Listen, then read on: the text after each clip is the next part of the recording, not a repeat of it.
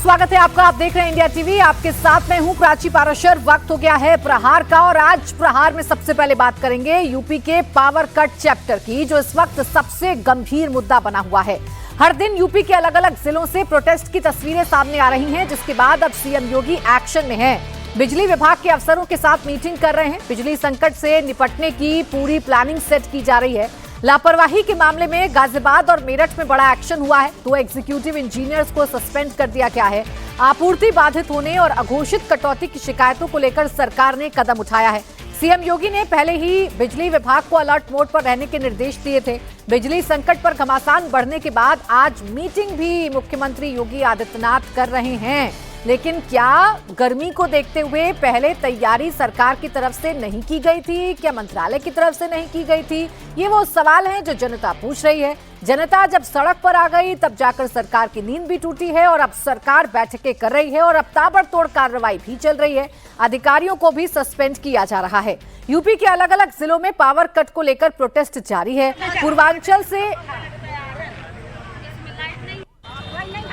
पूर्वांचल से लेकर पश्चिमी यूपी तक अलग अलग शहरों और ग्रामीण इलाकों में बिजली कटौती से लोग परेशान होकर सड़कों पर आ गए। 10 से 15 घंटे तक की बिजली कटौती का आरोप लोगों की तरफ से लगाया जा रहा है। भीषण गर्मी के चलते कई जगहों पर फॉल्ट की भी समस्याएं बनी हुई हैं और इसी से लोगों का गुस्सा लगातार बढ़ता जा रहा है। लेकिन अब बिजली कट कैसे सियासी मुद्दा उत्तर प्रदेश में बन गया है, ये मैं आपको बताती हूं।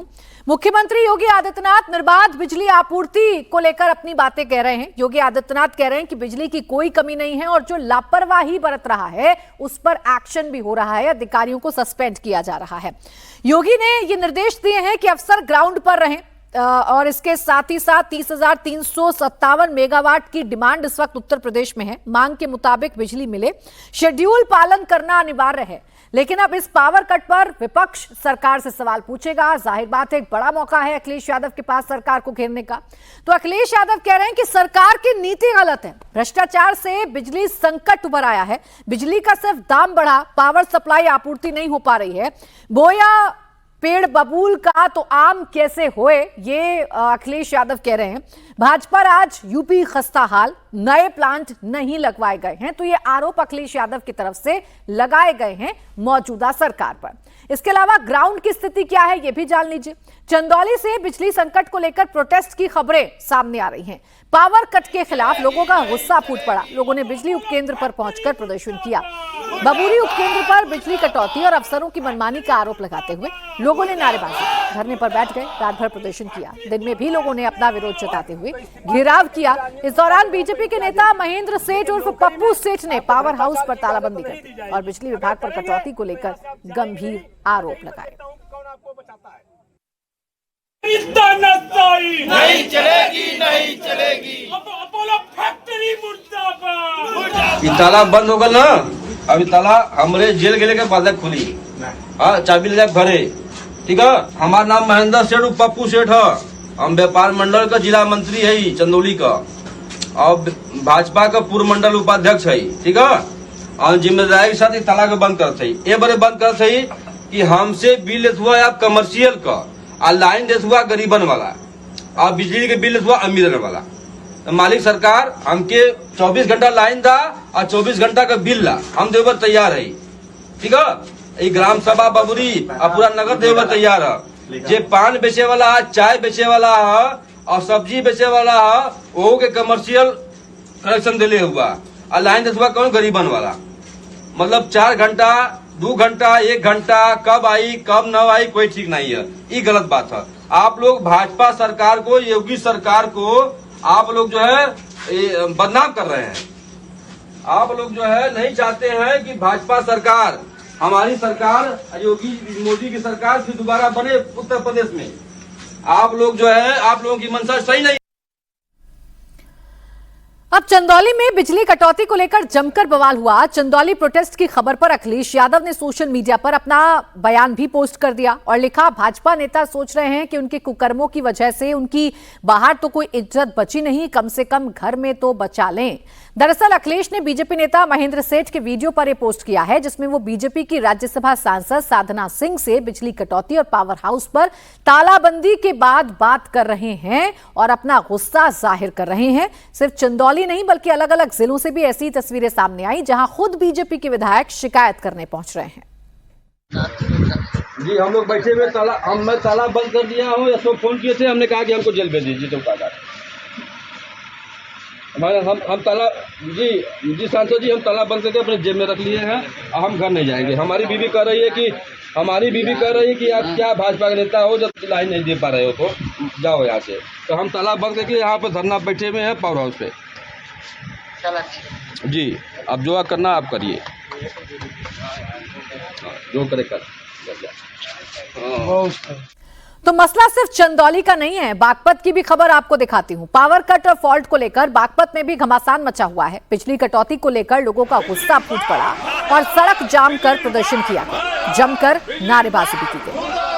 बिजली विभाग अधिकारी ड्यूटी पे क्यों नहीं? जवाब दो, जवाब दो। अधिकारी ड्यूटी पे क्यों नहीं? जवाब दो। बिजली विभाग। अब देखिए, लोगों ने बिजली विभाग के सीनियर अफसरों पर लापरवाही का आरोप लगाया है। बिजली संकट को लेकर कोई भी अधिकारी लोगों को जवाब नहीं दे रहा है।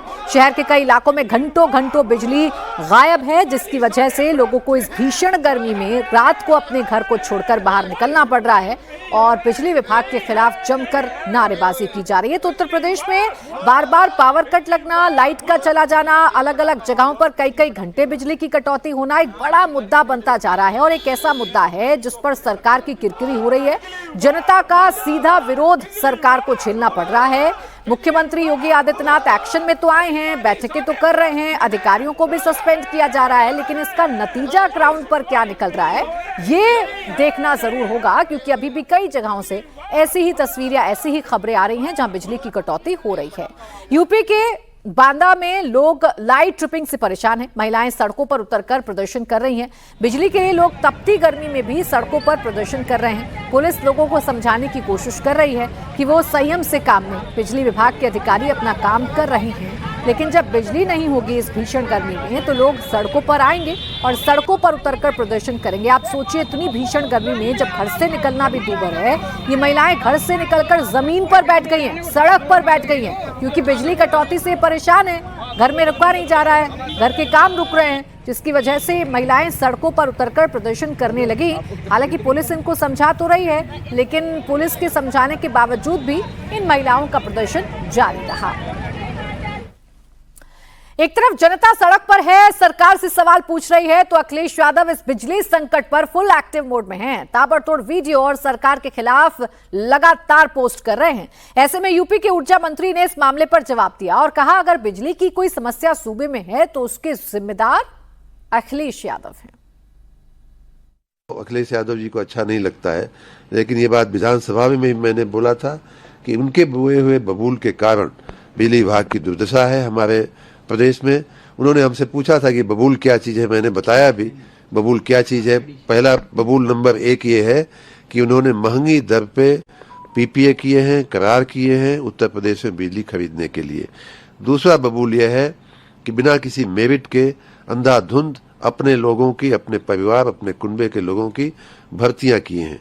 तीसरा बबूल यह है कि हमारे कर्मचारियों की, जिनकी वो बात आजकल करते घूमते हैं, उनका पीएफ का पैसा उन्होंने घोटाला करवा दिया था। पूरा का पूरा हजारों करोड़ रुपया उन्होंने घोटाला करवा दिया था। ये मैं सभी अपने बिजली कर्मियों से अपील भी करता हूं कि ये हमारे लिए चुनौती का समय है, परीक्षा का समय है। हम अपने कार्य में डटे रहें और ज़्यादातर कर्मचारियों की मैं प्रशंसा भी करूंगा कि वो दिन रात देखे बिना वो अपने कार्य में लगे भी हुए हैं। उन कर्मचारियों को मैं हिदायत भी दूंगा जो लोग सरकार को जानबूझ करके बदनाम करने की कोशिश कर रहे हैं, उनके खिलाफ सख्त में सख्त कार्रवाई की जाएगी।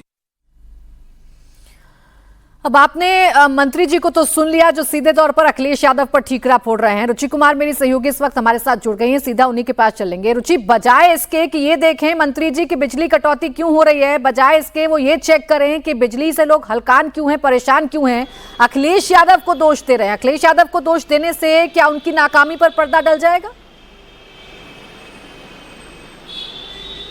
बिल्कुल प्राची, क्योंकि बिजली एक ऐसी चीज़ है जो आम आदमी से जुड़ी हुई है और उत्तर प्रदेश में इस समय ज़्यादातर शहरों में पारा 42 डिग्री 45 डिग्री के पार जा रहा है। तो इतनी गर्मी में जब लाइट चली जाए तो लोगों की क्या हालत हो सकती है ये आप समझ सकती हैं।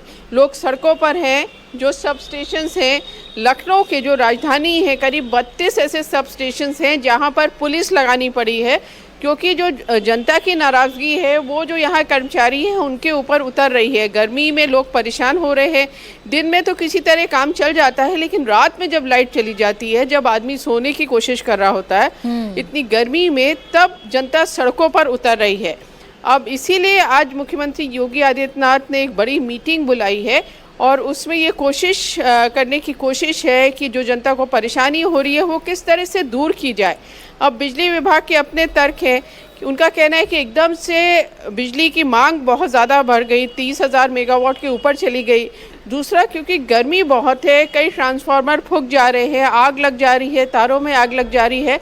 बहुत जगह हमने देखा कि कूलर से ट्रांसफार्मर ठंडे किए जा रहे हैं। तो परेशानी बहुत ज़्यादा है, लेकिन बड़ी बात यह है कि मौसम विभाग ने पहले ही कह दिया था कि इस साल गर्मी बहुत ज़्यादा पड़ेगी। तो जो बिजली विभाग है, जो ऊर्जा मंत्री हैं, उनको इसकी तैयारी पहले से करनी चाहिए थी। उन्होंने पहले से तैयारी क्यों नहीं की?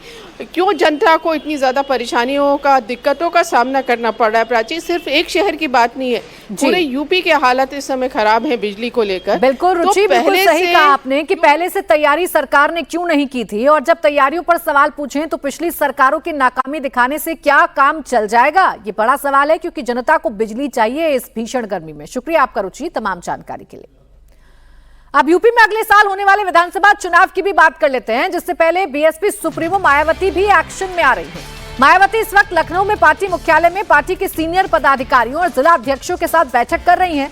बैठक में मायावती के भतीजे आकाश आनंद भी मौजूद हैं। ये बैठक इसलिए भी खास है कि इस दौरान मायावती विधानसभा चुनाव के लिए 50 उम्मीदवारों के नाम का ऐलान भी कर सकती हैं। कहा जा रहा है कि मायावती इन उम्मीदवारों के नाम को शॉर्टलिस्ट कर चुकी हैं। बैठक में मायावती पार्टी के नेताओं से पिछली बैठक में दिए गए दिशा निर्देशों की प्रगति रिपोर्ट भी ले रही हैं। वो पार्टी नेताओं से फीडबैक भी लेंगी। मायावती पहले ही ऐलान कर चुकी हैं कि बीएसपी 2027 का ये चुनाव अकेले ही लड़ेगी। जिंदाबाद जिंदाबाद, बहन कुमारी मायावती जिंदाबाद जिंदाबाद जिंदाबाद। बहन जी आप संघर्ष करो, हम आपके साथ हैं। बहन जी आप संघर्ष करो, हम आपके साथ हैं। आकाश आनंद जी जिंदाबाद। तो मायावती उत्तर प्रदेश में अपने हाथ से फिसलती जमीन को एक बार फिर से अपनी मुट्ठी में कर लेना चाहती हैं, इसीलिए अब उन्होंने 27 की तैयारी शुरू कर दी है। पार्टी के कार्यकर्ताओं में जोश भरना मायावती के लिए एक बड़ा चैलेंज है, क्योंकि जब पार्टी कोई चुनाव नहीं जीतती है, विधायकों की संख्या बिल्कुल कम हो जाती है, शून्य के बराबर हो जाती है, और जब आपका वोट शेयर घटकर 12% रह जाता है तो बड़ी चुनौती होती है कार्यकर्ताओं में स्फूर्ति भरना, कार्यकर्ताओं में उत्साह भरना और कार्यकर्ताओं को इतना मनोबल देना कि वो जमीन पर उतरकर बीएसपी के लिए काम कर सके। इसलिए मायावती आज बैठक भी कर रही है और माना ही जा रहा है कि आने वाले विधानसभा चुनावों को लेकर वो कैंडिडेट्स का ऐलान भी आज कर सकती हैं। और अगली खबर भी यूपी से ही है, आगरा से है, जहां वर्दी में रील बनाना पुलिसकर्मियों को भारी पड़ गया। आगरा पुलिस कमिश्नरेट में रीलबाज पुलिसकर्मियों पर एक्शन हुआ है। सोशल मीडिया पर पोस्ट डालने वाले 8 पुलिसकर्मियों को लाइन हाजिर किया गया है। इसमें 5 एसआई, 2 महिला एसआई, 1 महिला सिपाही शामिल है। इन सभी पर UP police social media policy के उल्लंघन करने पर कार्रवाई हुई है। पिछले दिनों ADG law and order Amitabh Yash ने यूपी पुलिस की सोशल मीडिया पॉलिसी का कड़ाई से पालन करने के आदेश दिए थे। इसके बावजूद पुलिसकर्मी लगातार नियमों का उल्लंघन कर रहे हैं, सोशल मीडिया पर रील्स और निजी वीडियो पोस्ट कर रहे हैं, जिसके चलते आगरा में यह एक्शन हुआ है। एडीजी लॉ एंड ऑर्डर की तरफ से एक आदेश जारी हुआ था, जिसके मुताबिक नियमों का उल्लंघन करने वाले वर्दीधारियों को चिन्हित कर उनके खिलाफ तुरंत विभागीय कार्रवाई की जाएगी। रील और पोस्ट के स्क्रीनशॉट सबूत के तौर पर रखे जाएंगे। सभी कार्यालय और विभाग प्रमुखों को हर महीने एक तय परफॉर्मा के तहत मुख्यालय को रिपोर्ट भेजनी होगी और उन्होंने कितने दोषी पुलिसकर्मियों पर क्या कार्रवाई की है। सोशल मीडिया पॉलिसी 2023 के मुताबिक ड्यूटी के घंटों के दौरान निजी तौर पर सोशल मीडिया के इस्तेमाल पर पूरी तरह रोक है। वर्दी पहनकर रील्स बनाना, वीडियो शूट करना या बिना सरकारी अनुमति के सोशल मीडिया अकाउंट को मोनेटाइज करना सख्त मना है। तो अब देखिए, ये नई गाइडलाइंस हैं और इसी गाइडलाइंस के मुताबिक आगरा में पुलिसकर्मियों पर कार्रवाई भी हुई है। गाइडलाइंस ये हैं कि सोशल मीडिया पर वर्दी में रहकर रील बनाना पूरी तरीके से मना है। ड्यूटी के दौरान सोशल मीडिया पर रहना भी पूरी तरीके से मना है। और अब बात समाजवादी पार्टी की सांसद इकरा हसन की, जिन पर सहारनपुर में एफआईआर दर्ज हुई है। इकरा हसन के साथ 6 नामजद और 25 अज्ञात लोगों के खिलाफ भी एफआईआर दर्ज हुई है। सपा सांसद पर कार्रवाई सहारनपुर में डीआईजी दफ्तर के बाहर सड़क जाम करने के आरोप में की गई। उनके ऊपर सरकारी काम में बाधा डालने का भी आरोप लगाया गया। इकरा हसन के खिलाफ सिविल लाइन चौकी प्रभारी ने थाना सदर बाजार में तहरीर दी, जिसके बाद उन पर गंभीर धाराओं में केस दर्ज किया गया है। इकरा हसन के अलावा एफआईआर में यूपी में मंत्री रहे मांगीराम कश्यप, शीशपाल सत्यपाल, अनुज तेजपाल सिंह और अजय का नाम है। शामली की मोनू कश्यप हत्याकांड को लेकर सपा सांसद इकरा हसन अपने समर्थकों के साथ सहारनपुर में डीआईजी दफ्तर गई थी। इसके बाद सुनवाई न किए जाने का आरोप लगाते हुए वो धरने पर बैठ गई थी। इस दौरान पुलिस अधिकारियों के साथ उनकी तीखी बहस भी हुई। अब इसी मामले में एफआईआर हुई है। हालांकि इकरा हसन का कहना है कि वो ऐसे एफआईआर से डरने वाली नहीं है। दरअसल पूरा विवाद शामली जिले के दशाले गांव निवासी मोनू कश्यप हत्याकांड से जुड़ा है। 21 अप्रैल को हुई हत्या के बाद पीड़ित परिवार लगातार कार्रवाई की मांग कर रहा था। इसी मुद्दे को लेकर 19 मई को सांसद इकरा हसन पीड़ित परिवार और समर्थकों के साथ डीआईजी कार्यालय पहुंची थी। इकरा हसन ने डीआईजी कार्यालय में पीड़ित पक्ष की बात ना सुने जाने का आरोप लगाया। तभी महिला पुलिस बल मौके पर पहुंचा और इकरा हसन को महिला थाने ले जाया गया। सांसद का आरोप है कि उन्हें करीब 10 मिनट तक हिरासत में रखा गया। इसी दौरान पुलिस ने पूर्व राज्य मंत्री मांगीराम कश्यप समेत 5 लोगों को शांति भंग की धारा में गिरफ्तार कर जेल भेज दिया। इस कार्रवाई के विरोध में सांसद इकरा हसन सदर बाजार थाने पहुंची और समर्थकों के साथ धरने पर बैठ गई। इस दौरान थाने के बाहर भारी भीड़ जमा रही और पुलिस प्रशासन के साथ सांसद की तीखी नोकझोंक भी देखने को मिली। अब एफआईआर पर इकरा हसन का कहना है कि हम एफआईआर से डरने वाले तो हैं नहीं, हम अपने लोगों की आवाज हर हाल में उठाते रहेंगे। देखिए, एफआईआर से तो हम डरते नहीं। अगर प्रशासन को लगता है कि एक एफआईआर करने से मैं अपने लोगों के साथ खड़ा होना छोड़ दूंगी, मैं गरीबों की आवाज उठाना छोड़ दूंगी, मैं इंसाफ के लिए लड़ना छोड़ दूंगी, तो अभी से मैं कह देती हूँ, कान खोल के सुन लें, ऐसा बिल्कुल नहीं होने वाला है। हम अपनी लड़ाई और मजबूती से लड़ेंगे। इन सब चीजों से हमारे पे कोई फर्क नहीं पड़ता है। उत्तर प्रदेश में वक्फ की संपत्तियों को लेकर भी बड़ी खबर सामने आ रही है। उम्मीद पोर्टल पर वक्फ की 21,000 से ज्यादा संपत्तियों का रजिस्ट्रेशन रद्द कर दिया गया। इन संपत्तियों के दस्तावेजों में मिली खामियां और तकनीकी गलती के बाद ये कार्रवाई की गई। पोर्टल पर अब तक 31,328 वक्फ प्रॉपर्टी का रजिस्ट्रेशन कैंसिल किया गया है। जांच में कई संपत्तियों के खसरा नंबर वक्फ बोर्ड के रिकॉर्ड से मेल नहीं खाए। कई मामलों में राजस्व अभिलेखों में दर्ज रकबे में बदलाव पाया गया। कुछ कब्रिस्तानों, दरगाहों का खसरा 2-2 वक्फ में दर्ज मिला। आंकड़ों के मुताबिक वक्फ की सबसे ज्यादा रद्द की गई संपत्तियां जौनपुर जिले में हुई हैं। यहां 1,938 वक्फ संपत्तियों का रजिस्ट्रेशन रद्द हुआ है। यूपी सरकार में अल्पसंख्यक मंत्री ओम प्रकाश राजभर ने स्पष्ट किया कि त्रुटिपूर्ण जानकारी अपलोड होने के चलते इन वक्फ संपत्तियों का पंजीकरण रद्द किया गया है और सुधार के लिए वक्त भी दिया गया है। ये जो उम्मीद पोर्टल है, इसके हिसाब से जो अभी तक है कि यूपी में करीब 31,000 प्रॉपर्टीज़ ऐसी हैं जिन्होंने जो उम्मीद पोर्टल में अपना डाटा फीड किया वो मैच नहीं कर रहा। देखिए, डाटा फीड करने में लोगों से गलती हुई है। गलती ये हुई है कि जहां खसरा नंबर या खतौनी नंबर डालना है वहाँ वो वक्त का नंबर डाल दिए हैं। इस तरह की त्रुटियां आई हैं सामने प्रकाश में। कल मैंने मीटिंग लिया था इस संबंध में विभाग से, तो ये निर्देश दिया गया है कि जिन जिलों में ज़्यादा मामले हैं उन जिलों को सख्त हिदायत दी गई है वहाँ के डीएमओ को कि उन लोगों तक बात करके उनको कहिए कि पुनः 6 तारीख तक वो उसको सही ढंग से फार्म को भरें, पोर्टल पे वो सही ढंग से दर्ज करें। अगर वो सही दर्ज कर देते हैं तो सही है और नहीं दर्ज करते हैं तो गलत। लेकिन शुरुआती उसमें आपको क्या लग रहा है कि ये खाली त्रुटियां हैं या कुछ जो आप लोग कहते रहे कि वक्फ प्रॉपर्टीज़ को लेके बहुत ज़्यादा गड़बड़ियाँ हैं यूपी में? नहीं, कुछ तो गड़बड़ है, कुछ तो गड़बड़ है जो देखने को मिल रहा है। कुछ त्रुटि भी है, तो वो आपको 6 तारीख को कितने गड़बड़ हैं, गलत तरीके से फीड किए गए हैं, कितने सही हैं, तो वो आपको 6 तारीख को मिल जाएगा। कुछ आप लोग कैंप्स वगैरह लगा के मदद करेंगे कि सही डाटा फीड? हाँ, नहीं, उसके लिए भी टीम गठित हो गई, त्रिस्तरीय टीम, जो जहाँ ज़्यादा ये है वहाँ टीम गठित करके उनको सूचना दे के बुला करके उनको हिदायत दी जा रही कि ये चीज़ें गलती हुई है आपसे, इसको सुधार लीजिए। आप 5 तारीख तक सुधार करके कंप्लीट कर लीजिए, नहीं तो फिर हम लोग उसके जिम्मेदार नहीं हैं। वहीं बीजेपी में शामिल होते ही सांसद राघव चड्ढा को राज्यसभा में बड़ी जिम्मेदारी मिल गई है। उनको उच्च सदन की याचिका समिति का नया अध्यक्ष नियुक्त किया गया है। राज्यसभा के सभापति सीपी राधाकृष्णन ने याचिका समिति का पुनर्गठन करते हुए 10 सदस्यों को इसमें नामित किया है। राज्यसभा की ओर से जारी अधिसूचना में कहा गया है कि सभापति ने 20 मई से प्रभावी रूप से याचिका समिति का पुनर्गठन किया है। इसके तहत सदन के 10 सदस्यों को पैनल में नॉमिनेट किया गया है। समिति के अध्यक्ष राघव चड्ढा होंगे। राज्यसभा की याचिका समिति एक महत्वपूर्ण समिति मानी जाती है जो आम लोगों की याचिकाओं और शिकायतों पर विचार करती है। साथ ही आम जनों की शिकायतों को लेकर सरकार को सुझाव भी देती है। समिति में राघव चड्ढा के अलावा कई अन्य सांसदों को भी शामिल किया गया है। इनमें हर्ष महाजन, गुलाम अली, शंभू शरण पटेल, मयंक कुमार नायक, मस्तान राव यादव, बीधा, जेबी मैथर हिशाम, सुभाषीष खुंटिया, वर्गवार नार्जरी और संतोष कुमार भी शामिल हैं। तो राज्यसभा की याचिका समिति के 10 सदस्य के नाम आपके सामने हैं और इसमें अध्यक्ष बना लिया गया है राघव चड्ढा को, जो हाल ही में भारतीय जनता पार्टी में शामिल हुए। अपने पार्टी के बाकी तमाम सांसदों के साथ राघव चड्ढा बीजेपी में चले गए। इसके बाद इन्हें बड़ी जिम्मेदारी दी गई है। राघव चड्ढा को याचिका समिति में अध्यक्ष नियुक्त किया गया है।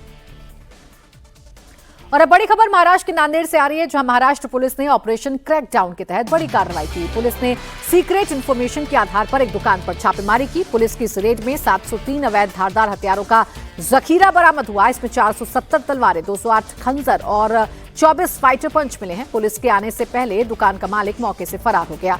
अब पुलिस केस दर्ज कर फरार आरोपी की तलाश में जुटी है। पुलिस को सूचना मिली थी कि शहर के गुरुद्वारा रोड पर हथियारों की खरीद हो रही है। जब पुलिस वहां पहुंची तो हथियारों के जखीरे को देखकर हैरान रह गई। अब पुलिस ये पता लगाने की कोशिश कर रही है कि इतना बड़ा जखीरा आया कहां से। क्या नांदेड़ को दहलाने की कोई बड़ी साजिश हो रही थी? पुलिस अब हर एंगल से जांच कर रही है।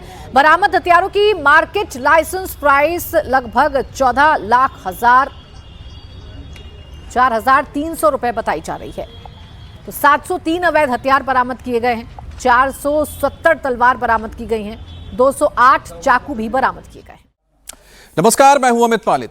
राजनाथ सिंह ने क्यों कहा कि फ्यूचर वॉर में अंतर मैन पावर नहीं बल्कि अंतर मिसाइल और ड्रोन पावर से तय होगा। इस वक्त के युद्ध में स्पीड और सटीकता सबसे जरूरी है। पिछले 23 दिन में भारत ने 3 अलग अलग तरह के मिसाइल टेस्ट किए हैं। अब इसके अलावा वायु अस्त्र कामिकेज ड्रोन का परीक्षण पोखरण और उत्तराखंड में किया गया। मई में ही सूर्य अस्त्र रॉकेट की भी टेस्टिंग हो गई। भारत ने अचानक अपनी वॉर पावर का टॉप गियर डाल दिया है। पाकिस्तान बार बार पानी पर युद्ध की धमकी भी दे रहा है। अब मुनीर से पाकिस्तान पूछ रहा है, पानी कब आएगा, युद्ध कब होगा?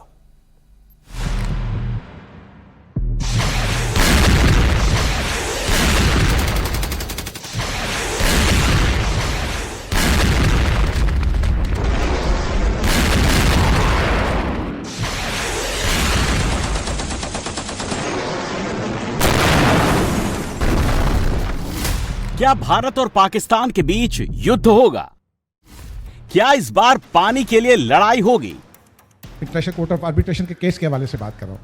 अब इंडिया उसे तस्लीम नहीं करता, पाकिस्तान का वहाँ केस रुका हुआ है और आगे अब कुछ दिन पानी की शॉर्टेज के होंगे और उसके बाद जब बारिशों का स्पेल आएगा तो फिर पिछली तबाही हो सकती है।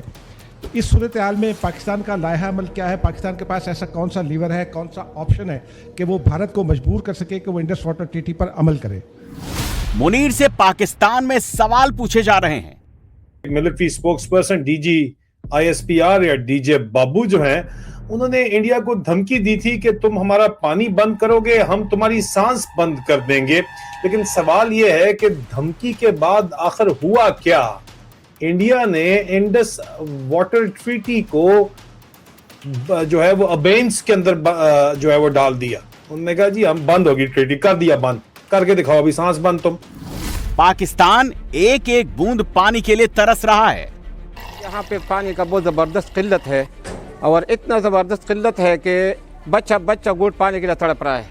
यानी जो बंदे कोई मजदूरी पे चला जाता है या बाहर चला जाता है, शाम को आता है तो उसके घर में पानी नहीं होता है, तो वो गरीब फिर पानी के लिए एक दूसरे से बर्तन लेके मांग रहा है।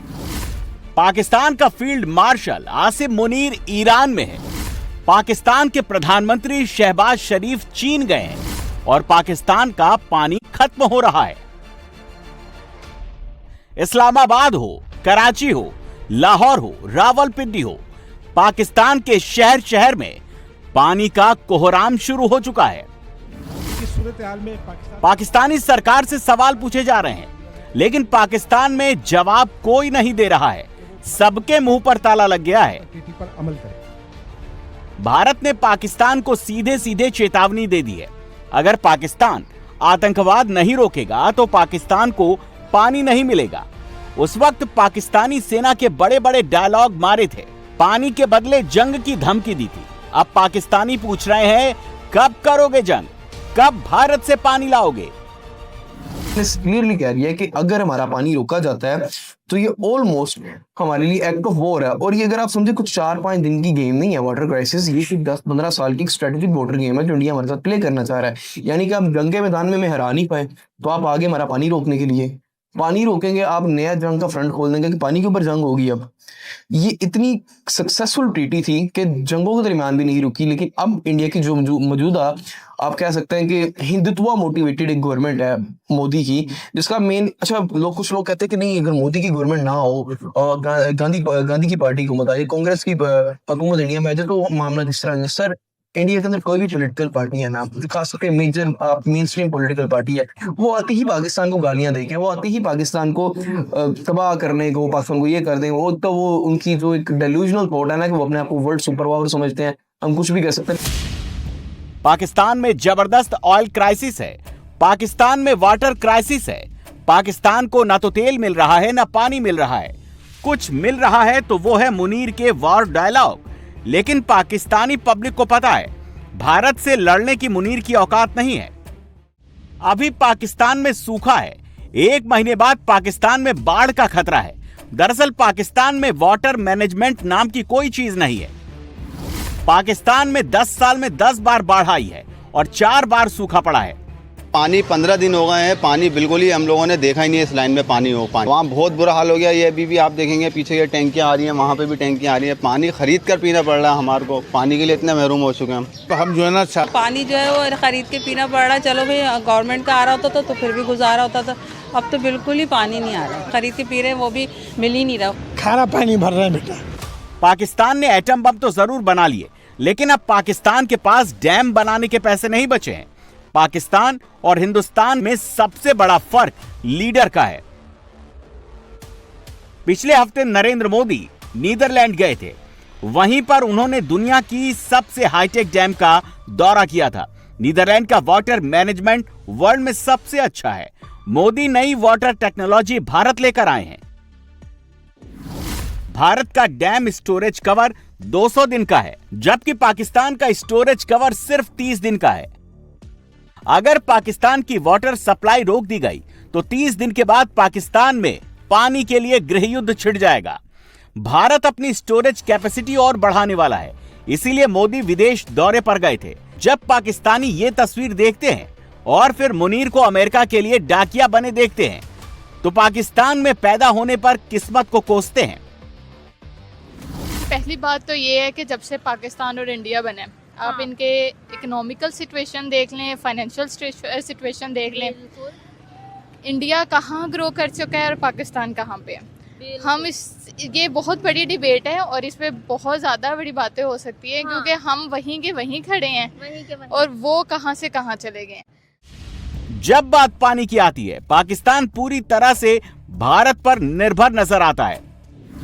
पाकिस्तान की वाटर सप्लाई 77% भारत से आती है। जब से भारत ने पानी पर रोक लगाई है, पाकिस्तान का वाटर बजट बिगड़ गया है। पाकिस्तान के लगभग हर एक शहर में एक ही आवाज सुनाई दी है, भारत से माफी मांग लो। अब बात पाकिस्तान के पास क्या ऑप्शन है, पाकिस्तान पानी के लिए क्या कर सकता है। पाकिस्तान के पास 3 ऑप्शन है। पहला युद्ध, दूसरा माफी, तीसरा समझौता। पाकिस्तान ने तीसरा ऑप्शन चुना है, इसलिए पाकिस्तान ने अमेरिका की चमचागिरी करने के सारे रिकॉर्ड तोड़ दिए हैं। आसिम मुनीर को लगा था ट्रंप की गुलामी करेंगे, अमेरिका को खुश करेंगे, ईरान पर दबाव डालेंगे तो बदले में अमेरिका पानी दे देगा, अमेरिका भारत पर समझौते का प्रेशर डालेगा और काम बन जाएगा। लेकिन मुनीर का प्लान कामयाब नहीं हुआ।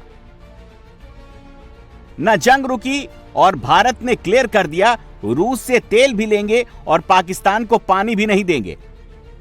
अब आसिम मुनीर पर ऑप्शन 2 आजमाने का दबाव आ गया है। ऑप्शन 2 यानी माफी मांगने का। जिस वक्त पाकिस्तान की फौज इंडिया को धमकी दे रही है कि हम तुम्हारा सांस बंद कर देंगे, मार्का हक के ड्रामे ये लोग कर रहे हैं, डीजे बाबू वगैरह नाच रहे हैं, उस वक्त जाहिर बात है पाकिस्तान अपने किसान को का पानी, महंगाई, लो क्रॉप रिटर्न और मार्केट कोलैप्स के दरमियान इस वक्त फंसी हुई है। और इनसे आप बढ़ के मरवा लें जितनी आपने मरवानी है, लेकिन इन्होंने प्लान ढूंढा हुआ है। मैंने आपको बताया था, इनके जो उस्ताद जी हैं आसिम मुनीर के, जनरल भट्ट कहते हैं कि अमेरिका के साथ, इंडिया के साथ जाके गेम सेट कर लो, 28वीं तरमीम करो, उसके बाद इंडिया को भी पता चल जाएगा कि भाई अब तो टोटल कब्जा आसिम मुनीर का ही है, तो मुनीर मिस्त्री से ही बात करनी है। तो उसके बाद इंडिया के साथ जाके हाथ में लाओ, उनके साथ भी जाके जरा जो है वो उनको मक्खन बगन लगाओ, जाके मोदी सरकार हो या जो भी हो, क्या फर्क पड़ता है हमें, कौन सा हमने वोट लेने हैं पाकिस्तान के अंदर जो हमें कोई परवाह हो। मुनीर माफी नहीं मांगेगा तो पाकिस्तान प्यासा मरेगा। मुनीर का हर दांव उल्टा पड़ रहा है। इस वक्त पाकिस्तान के अंदर मुनीर के खिलाफ बगावत की चिंगारी बहुत तेजी से धधक रही है और उस पर से अमेरिका ने भी मुनीर से किनारा करना शुरू कर दिया है। अमेरिका के विदेश मंत्री मार्को रूबियो भारत दौरे पर आए हैं, 4 दिन भारत में रहेंगे। प्रधानमंत्री मोदी से रूबियो ने मुलाकात भी की। ऐसा दावा किया जा रहा है कि अमेरिका और भारत में कोई बड़ी डील पर बड़ी बात होगी। क्या बात होगी, ये बात पाकिस्तान को चैन से जीने नहीं दे रही है। मार्को रूबियो इंडिया जा रहे हैं, पाकिस्तान नहीं आ रहे, इसकी क्या वजह नजर आती है आपको कि वो यहाँ पे नहीं आ रहे? हम तो उनकी इतनी मदद कर रहे हैं, आपको क्या लगता है वापसी पे रुकेंगे या स्पेशल किसी दौरे पे आएंगे? या क्योंकि पिछले 4 साल भी कोई फॉरेन सेक्रेटरी तो नहीं आया। आसिम मुनीर ने बहुत कोशिश की अमेरिका भारत से एकदम दूर हो जाए, लेकिन आखिर में पाकिस्तान को गुलाम और साझेदार में फर्क समझ में आ गया। 6 साल से पाकिस्तान में अमेरिका का कोई विदेश मंत्री नहीं आया। 20 साल से अमेरिका का कोई राष्ट्रपति पाकिस्तान नहीं गया। अभी अमेरिका के उपराष्ट्रपति जेडी वेंस पाकिस्तान गए थे, लेकिन वो पाकिस्तान में पाकिस्तानी सरकार से मिलने नहीं गए थे, बल्कि ईरान के साथ मीटिंग करने गए थे।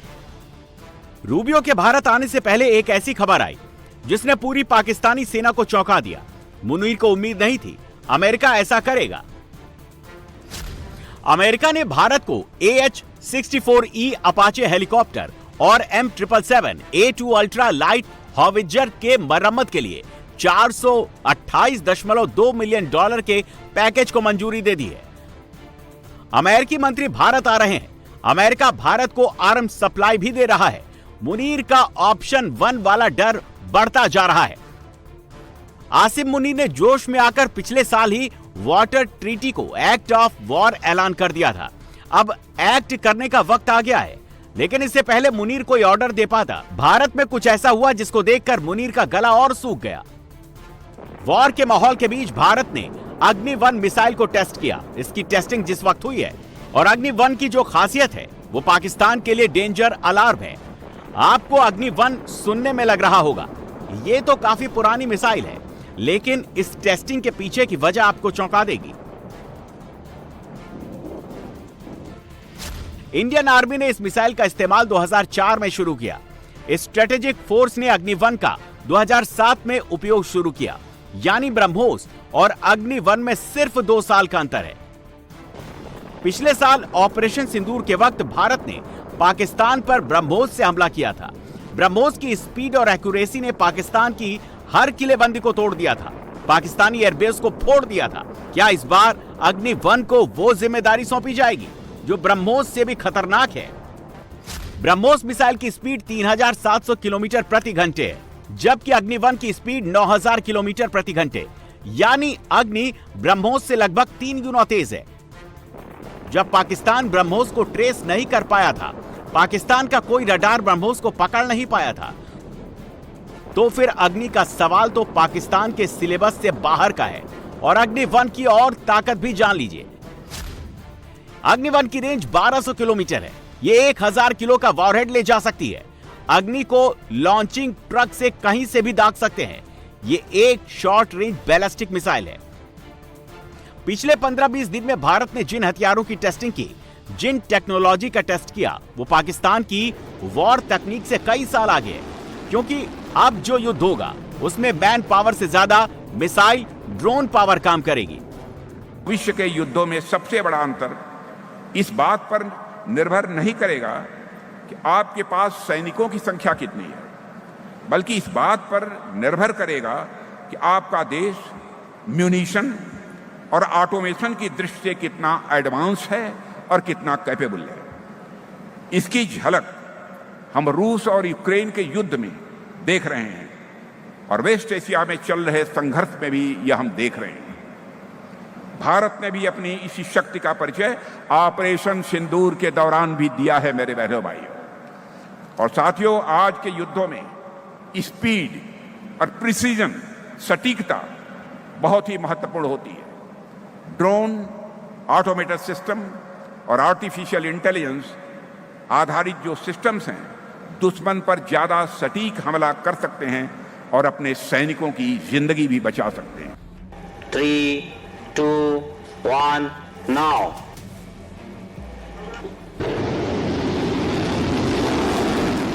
दुनिया में सिर्फ 5 देशों के पास इस मिसाइल की तकनीक है।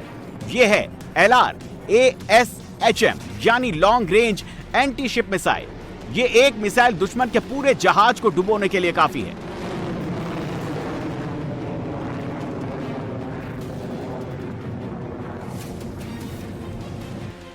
अगर ये एंटी शिप मिसाइल ईरान के पास होती तो अमेरिका कभी भी अपने एयरक्राफ्ट ईरान के पास नहीं भेजता।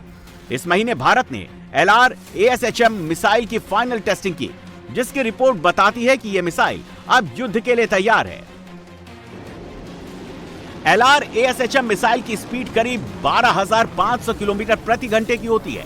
इसकी रेंज 1500 किलोमीटर है और मोबाइल लॉन्चर से फायर कर सकते हैं।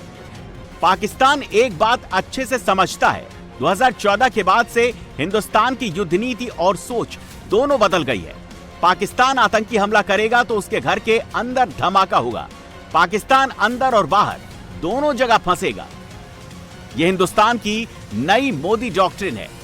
2014 में केंद्र में प्रधानमंत्री जी के नेतृत्व में सरकार बनने के बाद हमारी रक्षा नीति और सीमाओं की सुरक्षा के बारे में हमारे नजरिए में हमने आमूल चूर परिवर्तन किया है। पाकिस्तान के द्वारा किए गए तीनों हमले हमने इसका जवाब दिया है, चाहे उरी हो, पुलवामा हो या पहलगाम हो। एक बार सर्जिकल स्ट्राइक कर कर, एक बार एयर स्ट्राइक कर कर और एक बार ऑपरेशन सिंदूर के माध्यम से पाकिस्तान के अंदर इनके मर्म स्थान पर प्रहार कर कर हमने उनको मुंह तोड़ जवाब दिया है। वो जमाना चला गया जब आतंकी हमलों के बाद वार्ताएं हुआ करती थी। हमने हमारे सुरक्षा परिदृश्य को भारत के संविधान के स्पिरिट से मजबूत बनाने का काम किया है और ये सब एक प्रकार से एक नई डिफेंस डॉक्ट्रिन का एक प्रकार से घोषणा है। मोदी डॉक्ट्रिन के तहत जो तैयारी हो रही है वो पाकिस्तान को बताने के लिए काफी है। युद्ध होगा तो पाकिस्तान के साथ क्या होगा। यह भारत का सबसे लेटेस्ट और सबसे एडवांस ड्रोन है, जिसने कुछ ऐसा कर दिखाया जो अब तक युद्ध में कभी नहीं देखा गया। DRDO ने ऐसी मिसाइल तैयार की है जिसको छोटे से ड्रोन से लॉन्च कर सकते हैं। ऑपरेशन सिंदूर के वक्त राफेल से गाइडेड मिसाइल लॉन्च की गई थी। सुखोई ने पाकिस्तान पर गाइडेड मिसाइल से हमला किया था। सोचिए, अब ऐसी मिसाइल को लेकर एक छोटा सा ड्रोन दुश्मन के इलाके में जाएगा, बिना किसी रडार की पकड़ में आए गाइडेड मिसाइल दाग देगा। उसको रोक पाना फिर किसी भी डिफेंस सिस्टम के बस की बात नहीं होगी। नाम है ULPGM यानी ultra light precision guided missile, जो टैंक, बंकर और आर्म्ड व्हीकल को नष्ट कर सकती है। हजारों फीट ऊंचे पहाड़ों पर एक लॉइटरिंग म्यूनिशन को लॉन्च किया जाता है। तपती धूप, गर्मी वाले रेतीले इलाके से इसी लॉइटरिंग म्यूनिशन को लॉन्च किया जाता है। दोनों जगह पर टेस्टिंग में 100 में से 100 नंबर मिले। यह हिंदुस्तान का नया वायुअस्त्र है जो 100 किलोमीटर तक किसी भी टारगेट को हिट कर सकता है, दिन हो या फिर रात हो, कश्मीर की हजारों फीट की ऊंचाई हो या फिर राजस्थान का रेतीला इम्तिहान, वायुअस्त्र से दुश्मन कहीं भी नहीं बच सकता। वायुअस्त्र 90 मिनट तक 14,000 फीट की ऊंचाई पर उड़ सकता है, 100 किलोमीटर की रेंज पर कहीं भी जाकर हमला कर सकता है। दुनिया के सबसे लेटेस्ट और खतरनाक लॉइटरिंग म्यूनिशन है। लॉइटरिंग म्यूनिशन को कामिकाजे ड्रोन और या फिर सुसाइड ड्रोन भी कहते हैं, क्योंकि ये खुद में एक उड़ता हुआ बम है जिसकी स्पीड 500 किलोमीटर प्रति घंटे है। इंडिया ने खुद हाईटेक कामिकाजे ड्रोन बना लिया है। इस्तेमाल कहां होगा बताने की जरूरत नहीं है। मई के महीने में ही भारत में एक और टेस्ट हुआ, सूर्य अस्त्र रॉकेट का। यह रॉकेट सूर्य की धमक के जैसे ही दुश्मन पर सूर्यास्त्र हमला करता है। यह हिंदुस्तान का नया रॉकेट लॉन्चिंग सिस्टम है। पिनाका के बाद अब भारतीय सेना के पास सूर्य अस्त्र भी आ गया है। यह पूरी तरह से मेड इन इंडिया प्रोडक्ट है। इन रॉकेट की रेंज 150 से 300 किलोमीटर की है। इस रेंज में जो भी आएगा सूर्य की अग्नि में भस्म हो जाएगा। सिर्फ मई के महीने में भारत ने ballistic missile, anti ship missile, guided missile, kamikaze drone और रॉकेट की टेस्टिंग की है। भारत की तैयारी मुनीर जरूर देख रहा होगा।